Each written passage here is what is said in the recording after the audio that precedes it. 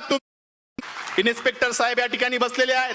साहेब, AC मध्ये बसणारी पोरं दंगलीमध्ये आज जात नाहीत, जातात तुमची आमची लेकरं, तुमची आमची भाऊ. म्हणून ही कविता, तिचं नाव चल दंगल समजून घेऊ.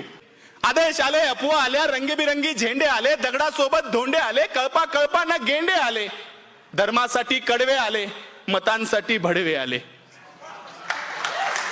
दंगल पेटली, घरं पेटले, दंगल पेटली, घरं पेटले, हलक्या मेंदूचे पेटून उठले, गाड्या तुटल्या, काचा फुटल्या, यात माणसांचं मरण झालं, ब्रेकिंग न्यूजला कारण झालं, पत्रकार घटनेच्या खोलात गेले, घटनास्थळीचे जेलात गेले. त्यांना जामीन द्यायला आलं कोण? झेंड्यावाले का धर्मावाले? आले माय बाप आणि भाऊ. चल दंगल समजून घेऊ, खरं खोटं तपासून पाहू. की हे जे काल झालं, हे जे काल झालं त्यात फक्त गरिबाचं हाल झालं. हे जे काल झालं त्यात फक्त गरिबाचं हाल झालं. पोलिसांना उडकली, त्यात सगळी पोरं अडकली. मग दाखल केस, दाखल शिक्षा, मग कशाची शाळा आणि कशाची परीक्षा.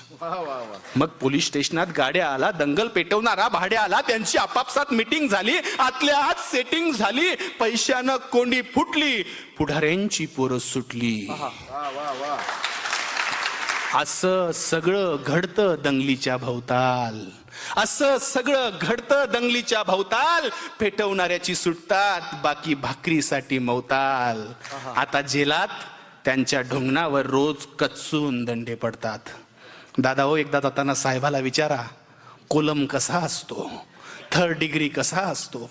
आता त्यांच्या ढुंगणावर जेलात रोज कचून दंडे पडतात. पेटवणाऱ्याची सुटली, बाकी सालोसाल सडतात. असं सगळं दंगलीमध्ये होत असतं भाऊ. चल दंगल समजून घेऊ, खरं खोटं तपासून पाहू. इन्स्पेक्टर साहेब या ठिकाणी बसलेले आहेत.